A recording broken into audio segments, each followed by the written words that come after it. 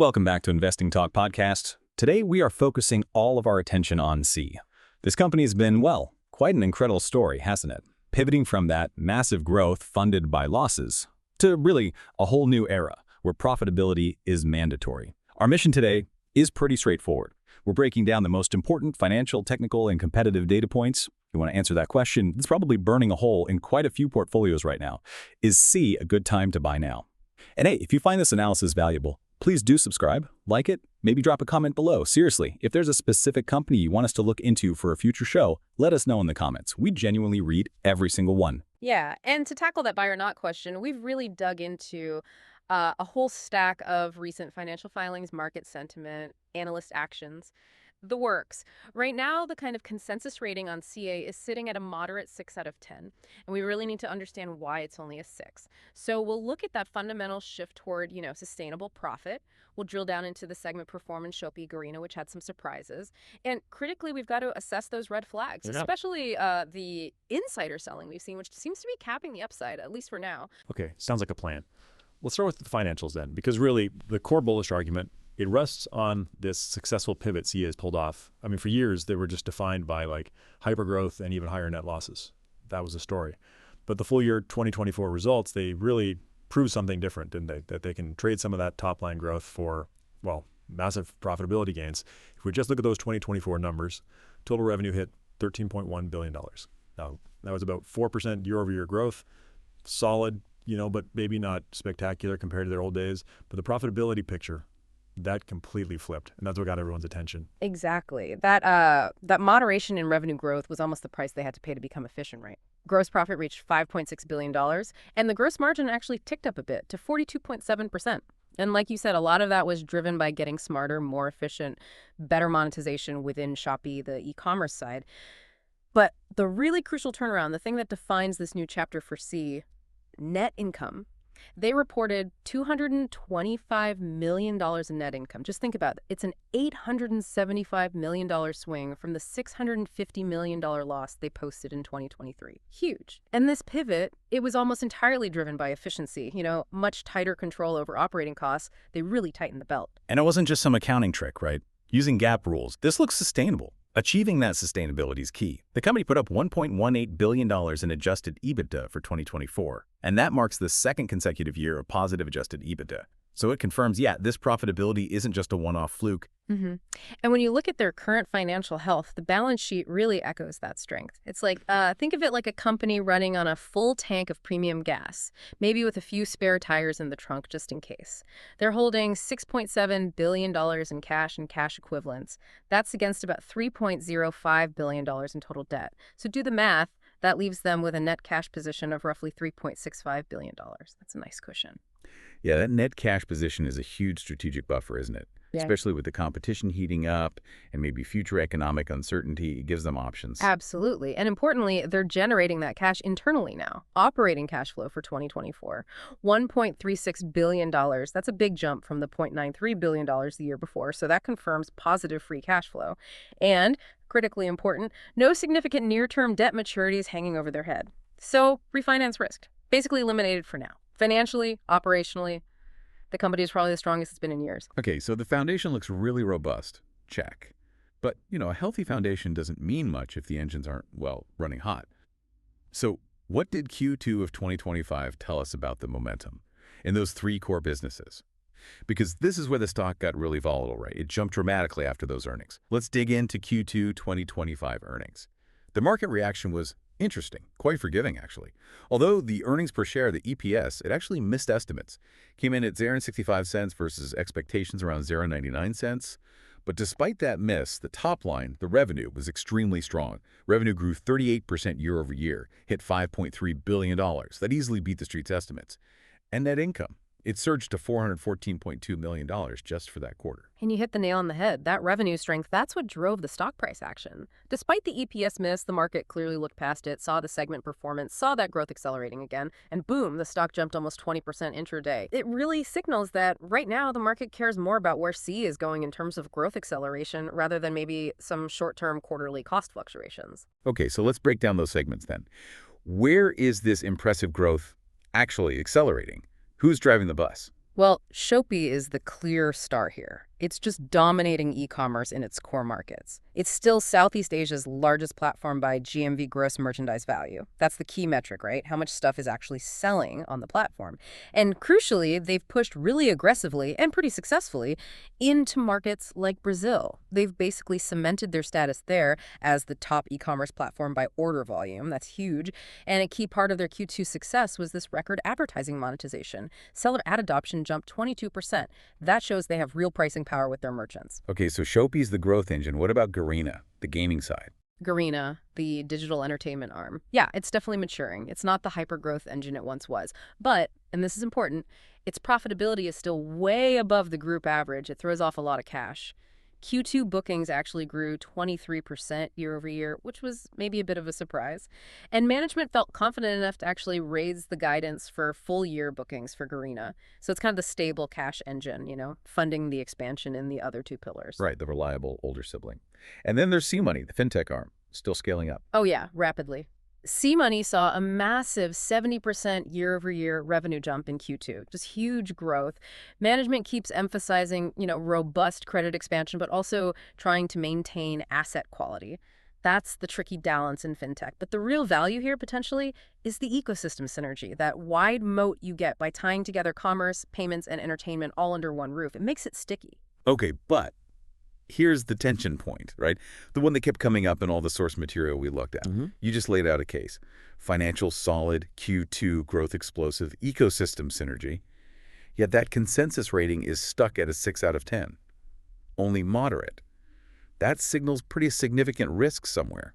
How do you square that circle? Why only a 6? Yeah, that 6 out of 10 perfectly captures the dichotomy here. You've got this high intrinsic value potential, absolutely. But it's being weighed down by some very immediate, very tangible risks. Risk number 1, competitive pressure. Shopee is facing heat, serious heat from global players like ByteDance's TikTok Shop. TikTok Shop is ramping up seller incentives, discounting advertising. They're playing hardball. And you've also got regional rivals spending heavily trying to claw back market share. It's a tough environment. And that competition leads directly to margin compression.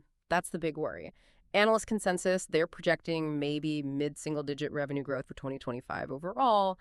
But those margin headwinds, they look highly likely because C has to keep investing heavily. High ongoing investment in e-commerce expansion, logistics, freight costs, competitive pricing, just to defend their turf.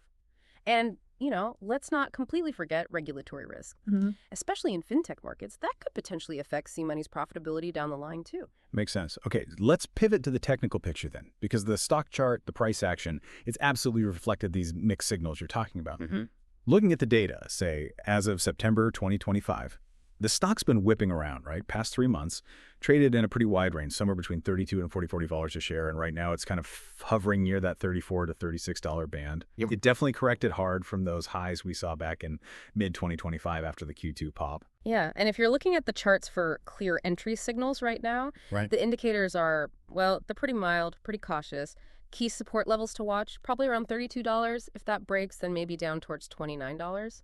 On the upside, resistance looks pretty stiff in that $40 to $44 zone. The 50-day moving average is right around $36, near where it's trading. The longer-term 200-day is up near $40. So the overall trend, really since late July, has been kind of mildly bearish, actually, which brings us neatly to one of the biggest red flags we found in the source material, and probably the key reason many analysts are hesitating to push that rating much above a 6 out of 10 right now. Wait, hang on. So financials are solid, Q2 growth was strong, but EPS missed badly, and now you're saying the chart looks weak, and there's another big red flag. You mentioned insider selling earlier. Isn't that usually the kind of combination that screams sell or at least stay away in the short term? Why are we still even talking about a 610? Why not lower? That is the core conflict. You're absolutely right to push on that. The insider selling is, frankly, alarming. We saw multiple director and affiliate filings. These are the Form 144s they have to file coming out between June and September 2025. And they indicated significant planned sales, pretty large ones. And yeah, typically that suggests the people who know the company best, the insiders, they see very limited upside, at least in the near term, no matter how strong that Q2 revenue beat looked on the surface. And there was one specific filing that stood out, right? A major affiliate. Yes, Coastbridge Investments. They filed plans to sell 1.67 million ADSs. That's the American Depository Shares traded here. At the time, that was valued at over $250 million.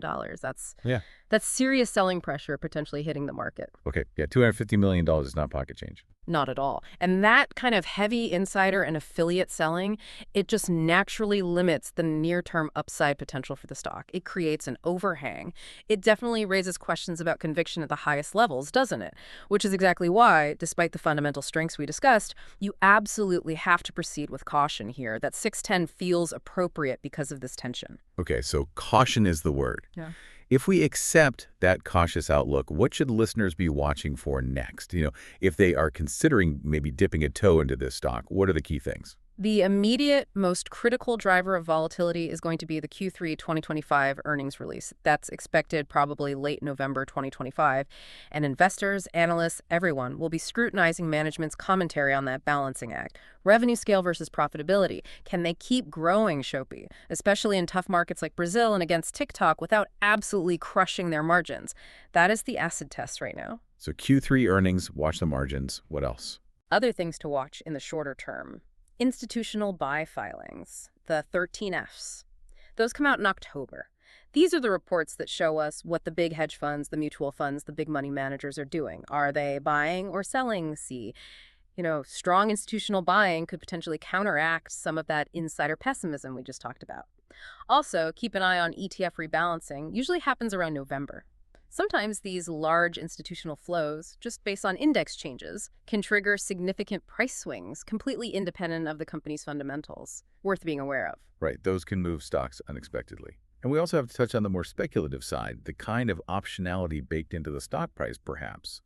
There's been quite a bit of analyst chatter, rumors maybe, about a possible Shopee Brazil IPO spinoff. The idea being that could unlock specific shareholder value from that really successful operation down there, which currently gets a bit lost inside the parent company valuation. That's definitely out there. It makes strategic sense on paper, potentially. And we've also heard whispers, maybe more aggressive maneuvers, like C management, possibly considering a bid for some of TikTok Shop's regional assets. Maybe buy the competition to neutralize it. Yeah, those kinds of strategic rumors speak to the underlying value observers still see locked up in the company, despite the current challenges. It shows they still have potential big moves they could make. Okay, so let's try and synthesize all this. Right. Bring it back to that 610 rating and the core question. Right. So the final investment thesis summary, why it's a 610. Look, the case for C is built on that successful pivot to sustainable growth. That's real. It's evidenced by 2 straight years of positive adjusted EBITDA, positive net income now, and the balance sheet, as we discussed, is robust. Lots of cash, little near-term debt, that's the foundation. But the immediate challenges are also very real. Margin compression driven by intense competition is probably the biggest one. You've also got slower growth in GMV, the e-commerce volume compared to its hyper-growth past, it's maturing, and then that heavy insider selling. You just can't ignore it. All of those things combine to limit the upside, both for near-term trading and maybe even for longer duration conviction right now. So you're buying into high potential, yes, but you're also buying into high volatility and some pretty significant immediate headwinds. So the conclusion then seems pretty clear from our analysis today. This looks like a long-term investment only for investors with a pretty high tolerance for risk, people who really believe management can navigate this competitive storm. But given the kind of weak technical trend right now and those insider signals, it's absolutely not something we'd recommend for short-term trading at this moment. Too much uncertainty. Exactly. And maybe a final thought to leave listeners with, if we connect this to the bigger picture. Given that intense competition, especially from global giants like TikTok, and considering the insider selling we've seen, how much intrinsic value is truly locked up in the combined synergy of Shopee, Garena, and C-Money? And could a potential spin-off, like that Shopee Brazil idea, actually be the only way to realize some of that locked-up value in the near term? Something to ponder. That is a very interesting question to mull over. Definitely follow those Q3 earnings closely, folks, especially commentary on margins and competitive spending. Thank you for joining us for this analysis of C. We'll see you next time on Investing Talk Podcast.